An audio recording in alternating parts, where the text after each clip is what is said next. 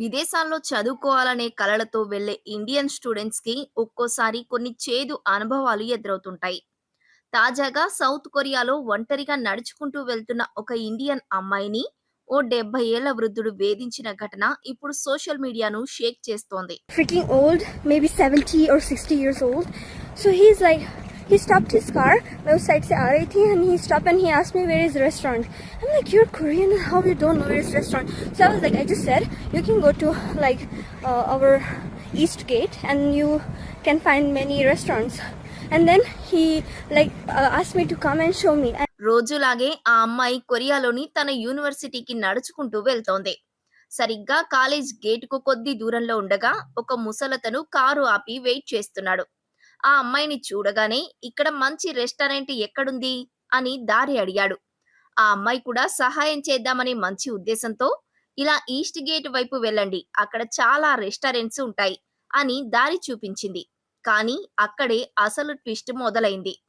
ఆ వృద్ధుడు అంతటితో ఆగకుండా, నాకు దారి సరిగ్గా తెలీదు, నువ్వు నా కారు ఎక్కి నాతో పాటు వచ్చి రెస్టారెంట్ చూపిస్తావా అంటూ ఒత్తిడి చేయడం స్టార్ట్ చేశాడు.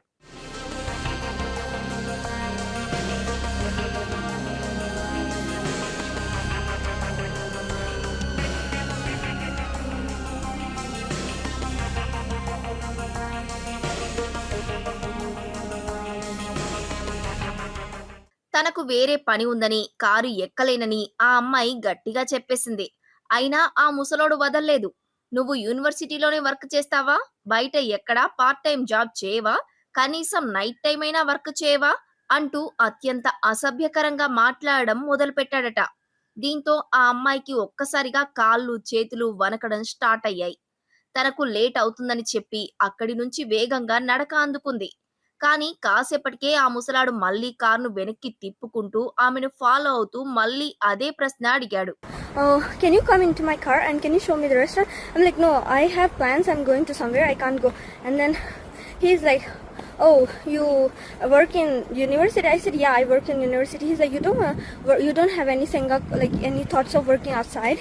And I was like, no, I'm working in university and I'm scholarship student, I can't work out. And he's like, how about at night? You can't even work at night? And I'm like, no, I can't. And then I said like, oh, I'm getting late, I'm going. And I just left, okay? And मैं उस side में थी, मैं यहाँ तक I university के सामने. And that creepy man, he went from that side and he turned around and he came from this side.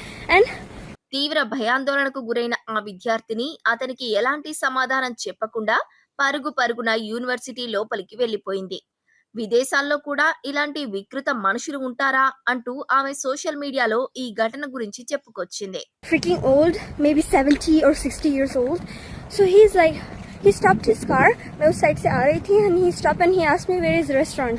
I'm like, you're Korean, how you don't know where is the restaurant? So I was like, I just said you can go to like our east gate and you can find many restaurants. And then he like asked me to come and show me, and I went to his car like near,